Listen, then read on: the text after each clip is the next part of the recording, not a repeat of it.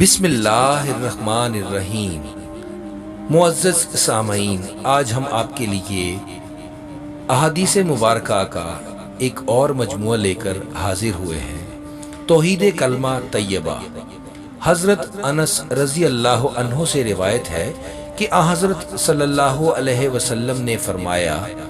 جس نے لا الہ الا اللہ کہا اور اس کے دل میں جو برابر بھلائی یعنی ایمان ہو تو وہ ایک دن ضرور دوزخ سے نکلے گا، اور جس نے لا الہ الا اللہ کہا اور اس کے دل میں گیہوں برابر بھلائی ہو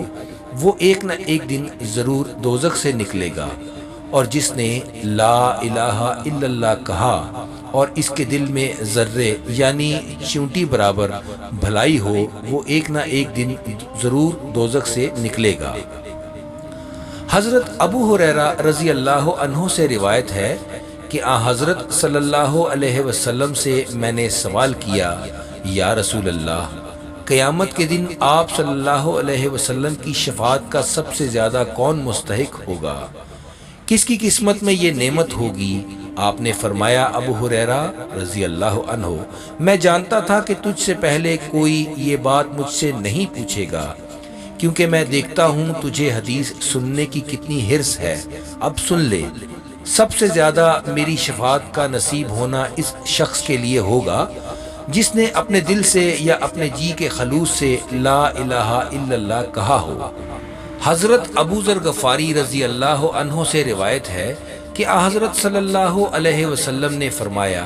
میرے پاس خواب میں ایک آنے والا فرشتہ میرے مالک کے پاس سے آیا۔ اس نے بیان کیا یا مجھ کو خبر دی کہ میری امت میں سے کوئی اس حال میں مر جائے کہ اللہ کے ساتھ کسی کو شریک نہ کرتا ہو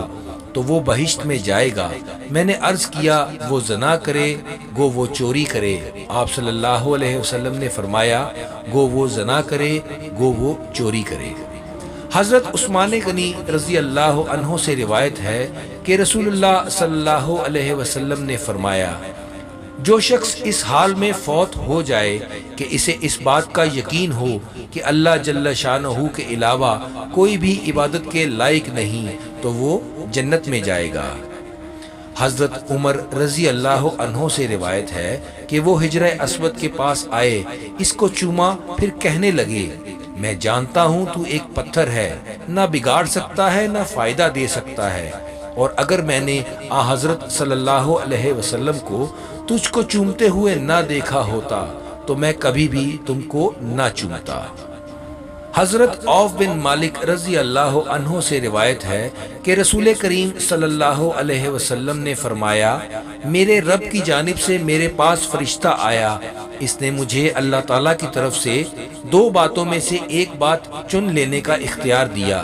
کہ یا تو میری آدھی امت جنت میں داخل ہو جائے یا پوری امت کے لیے شفاعت کا حق مجھے حاصل ہو جائے۔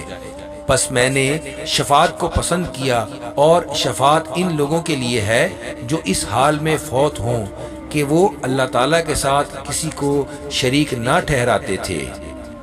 حضرت ابو ہریرہ رضی اللہ عنہ سے روایت ہے کہ رسول اللہ صلی اللہ علیہ وسلم نے فرمایا، ایمان کے 70 سے کچھ اوپر شعبے ہیں، سب سے افضل شعبہ لا الہ الا اللہ، اللہ کے سوا کوئی معبود نہیں کا اقرار، سب سے کمزور شعبہ راستے سے ہڈی یعنی کوئی تکلیف دہ چیز کا ہٹانا، اور حیا ایمان کا ایک حصہ ہے۔ حضرت عمر رضی اللہ عنہ سے روایت ہے کہ نبی کریم صلی اللہ علیہ وسلم نے ارشاد فرمایا، خطاب کے بیٹے جاؤ، لوگوں میں یہ اعلان کر دو کہ جنت میں صرف ایمان والے ہی داخل ہوں گے۔ حضرت ابو ہریرہ رضی اللہ عنہ فرماتے ہیں کہ رسول اللہ صلی اللہ علیہ وسلم نے ارشاد فرمایا، جب کوئی بندہ دل کے اخلاص کے ساتھ لا الہ الا اللہ کہتا ہے تو اس کلمہ کے لیے یقینی طور پر آسمان کے دروازے کھول دیے جاتے ہیں، یہاں تک کہ یہ کلمہ سیدھا عرش تک پہنچتا ہے، یعنی فوراً قبول ہوتا ہے، بشرطے کہ وہ کلمہ کہنے والا کبیرہ گناہوں سے بچتا ہو۔ حضرت ابو لیلہ رضی اللہ عنہ سے روایت ہے کہ نبی کریم صلی اللہ علیہ وسلم نے ابو سفیان سے ارشاد فرمایا، ابو سفیان تمہاری حالت پر افسوس ہے، میں تو تمہارے پاس دنیا و آخرت کی بھلائی لے کر آیا ہوں، تم اسلام قبول کر لو، سلامتی میں آ جاؤ گے۔ حضرت انس رضی اللہ عنہ فرماتے ہیں کہ میں نے نبی کریم صلی اللہ علیہ وسلم کو یہ ارشاد فرماتے ہوئے سنا، جب قیامت کا دن ہوگا تو مجھے شفاعت کی اجازت دی جائے گی، میں عرض کروں گا اے میرے رب، جنت میں ہر اس شخص کو داخل فرما دیجئے جس کے دل میں رائی کے دانے کے برابر بھی ایمان ہو۔ چنانچہ اللہ تعالیٰ میری اس شفاعت کو قبول فرما لیں گے اور وہ لوگ جنت میں داخل ہو جائیں گے۔ پھر میں عرض کروں گا جنت میں ہر اس شخص کو داخل فرما دیجئے جس کے دل میں ذرا سا بھی ایمان ہو۔ حضرت مقداد بن اسود رضی اللہ عنہ فرماتے ہیں کہ میں نے نبی کریم صلی اللہ علیہ وسلم کو یہ ارشاد فرماتے ہوئے سنا، روئے زمین پر کسی شہر، گاؤں، صحرا کا کوئی گھر یا خیمہ ایسا باقی نہیں رہے گا جہاں اللہ تعالیٰ اسلام کے کلمہ کو داخل نہ فرما دے، ماننے والوں کو کلمہ والا بنا کر عزت دیں گے، نہ ماننے والوں کو ذلیل فرمائیں گے، پھر وہ مسلمانوں کے ماتحت بن کر رہیں گے۔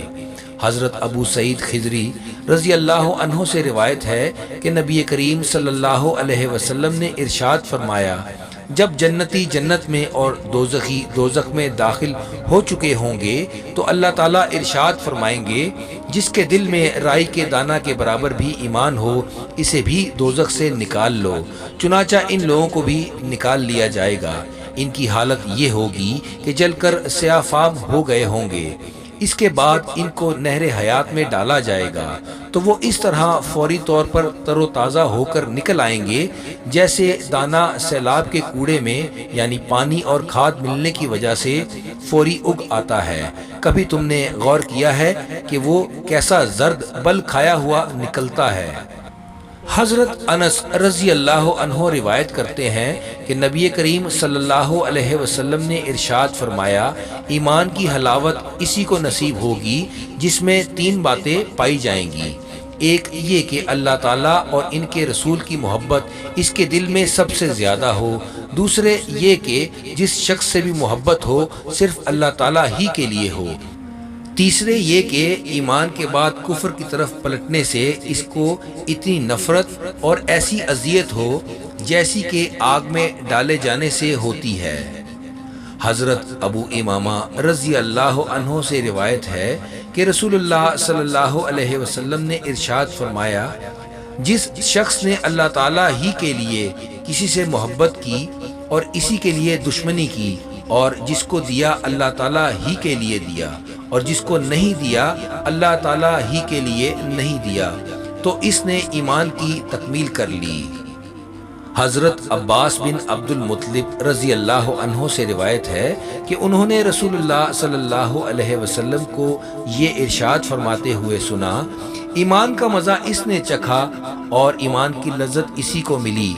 جو اللہ تعالیٰ کو رب، اسلام کو دین اور محمد صلی اللہ علیہ وسلم کو رسول ماننے پر راضی ہو جائے۔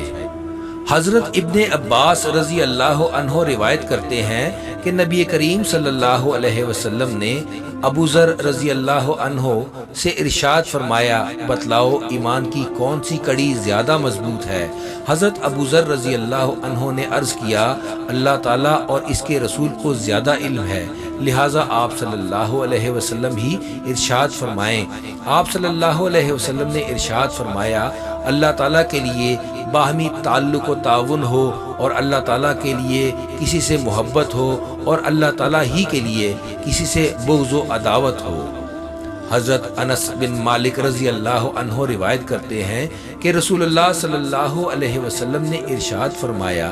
جس شخص نے مجھے دیکھا اور مجھ پر ایمان لایا اس کو تو ایک بار مبارکباد، اور جس نے مجھے نہیں دیکھا اور پھر مجھ پر ایمان لایا اس کو بار بار مبارکباد۔ حضرت ابو موسیٰ رضی اللہ عنہ سے روایت ہے کہ رسول اللہ صلی اللہ علیہ وسلم نے ارشاد فرمایا، تین شخص ایسے ہیں جن کے لیے دوہرا ثواب ہے، ایک وہ شخص جو اہل کتاب میں سے ہو یعنی یہودی ہو یا عیسائی، اپنے نبی پر ایمان لائے پھر محمد صلی اللہ علیہ وسلم پر بھی ایمان لائے، دوسرا وہ غلام جو اللہ تعالیٰ کے حقوق بھی ادا کرے اور اپنے آقاؤں کے حقوق بھی ادا کرے۔ تیسرا وہ شخص جس کی کوئی باندی ہو، اس نے اس کی خوب اچھی تربیت کی ہو اور اسے خوب اچھی تعلیم دی ہو، پھر اسے آزاد کر کے اس سے شادی کر لی ہو تو اس کے لیے دوہرا اجر ہے۔ معزز سامعین اکرام، آج بھی احادیث مبارکہ کا ایک مجموعہ آپ کو پیش کیا ہے۔ امید کرتے ہیں کہ آپ کو یہ احادیث سن کر بہت سکون محسوس ہوا ہوگا۔ اللہ تعالی ہمیں احادیث پر عمل کرنے اور ان کے مطابق زندگی گزارنے کی توفیق عطا فرمائے۔ ہمارا یہ پیغام آپ کو پسند آیا ہو تو اس ویڈیو کو لائک کیجیے گا اور دوسروں کو بھی سنائیے گا، کیونکہ حدیث کا سننا اور سنانا دونوں ہی باعث ثواب ہیں۔ آپ جتنا زیادہ اس پیغام کو لائک کریں گے اتنا ہی یہ دوسرے لوگوں تک زیادہ پہنچ سکے گا۔ السلام علیکم، اللہ حافظ۔